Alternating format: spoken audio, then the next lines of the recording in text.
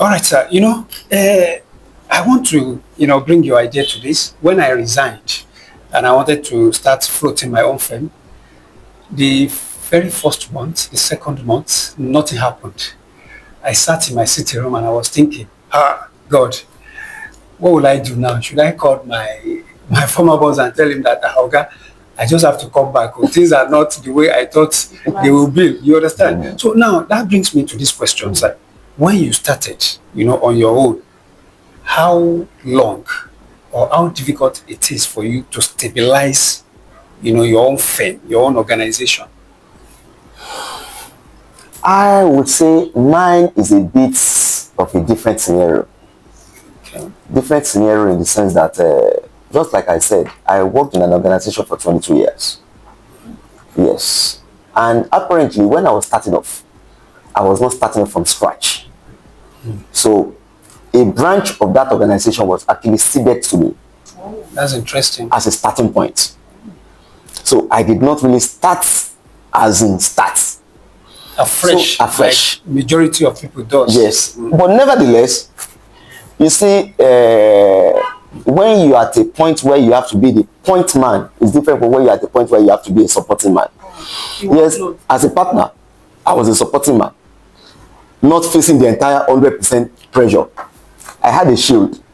But yes, at the time whereby I had to stand on my own, yes, the 100%, I had to be confronting the challenges 100%. But to the glory of God, yeah, at the initial 5 years was a bit challenging because I was assuming a new role as 100% decision maker, a new role of 100% decision maker, and at the same time, I was equally privileged to have learned over the years while serving with my boss, while working with my boss. I've been privileged to be able to work at the decision making level, okay, whereby a lot of things were learned over the years. Added advantage. Yes, added advantage for me. But nevertheless, those few years was a bit turbulent. But one of the things that actually kept me going, because over the years I learned discipline. That you needed to be disciplined, and the perseverance and tenacity, very important. So in the face of no income, there I've seen instances whereby for 1, 2, 3, 4, 5 months, you had no money coming in, no income coming in, and expenses was rising. Family challenges, family demand, staff demand, client demand, a whole lot of things. But one of the things that has actually kept me going was the discipline I learned from my mentor. Wow, thank you, sir. That is very educative. Sir, what is your advice for young firm owners? There are so many young surveyors that are having their firm, but at the time, they are thinking, should I go back to paid employment due to pressure? What is that advice that you can give to them to keep them going while they are in practice? Yeah, the first advice I'll give to them is for them to believe in God. For them to believe in God, you must have faith. Because there are so many things that is beyond human comprehension. You must have faith, you must be focused. Because when you are focused, your burning desire is what can actually keep you going. When you keep your eyes on the ball, that this is where I'm going, this is the bigger picture I can see. I'm seeing the bigger picture. So irrespective of the challenges they are facing at the moment, they should keep their eyes on the bigger picture. And yes, and we're equally in a profession whereby you need to exhibit a whole lot of discipline.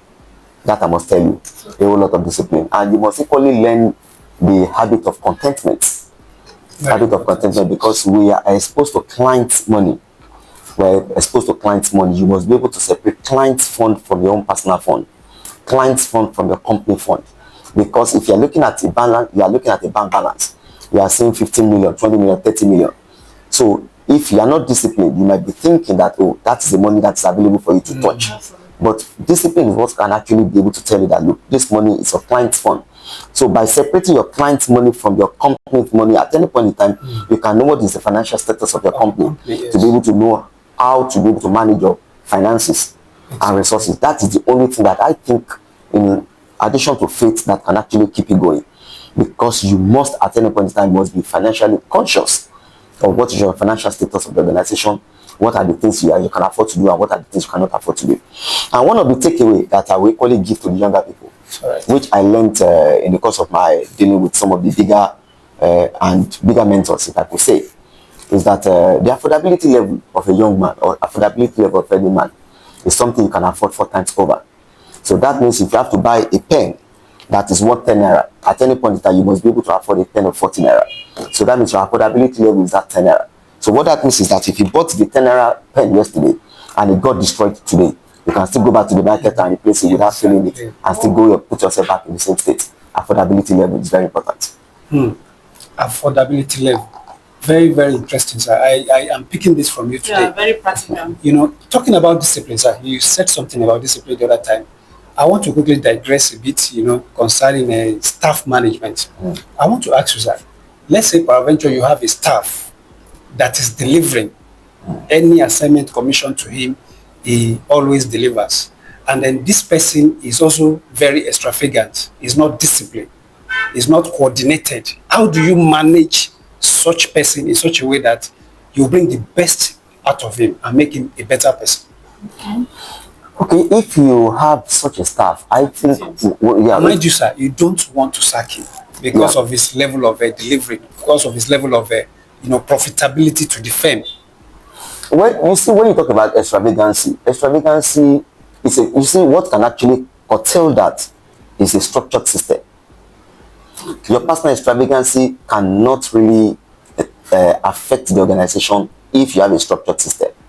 A structured system in the areas of finances, in the areas of how your money can be spent, how money can be touched, how money cannot be touched. You understand? So automatically that can checkmate anybody's personal behaviors.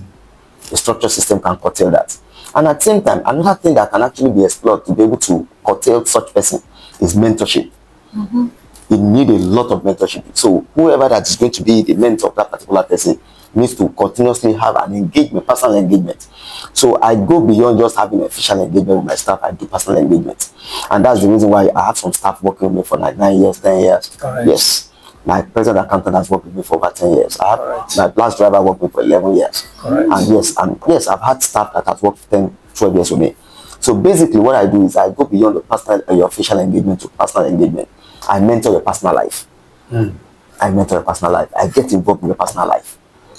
How do you see yourself in the next 5 years? What are the things you are doing presently? How do you develop yourself?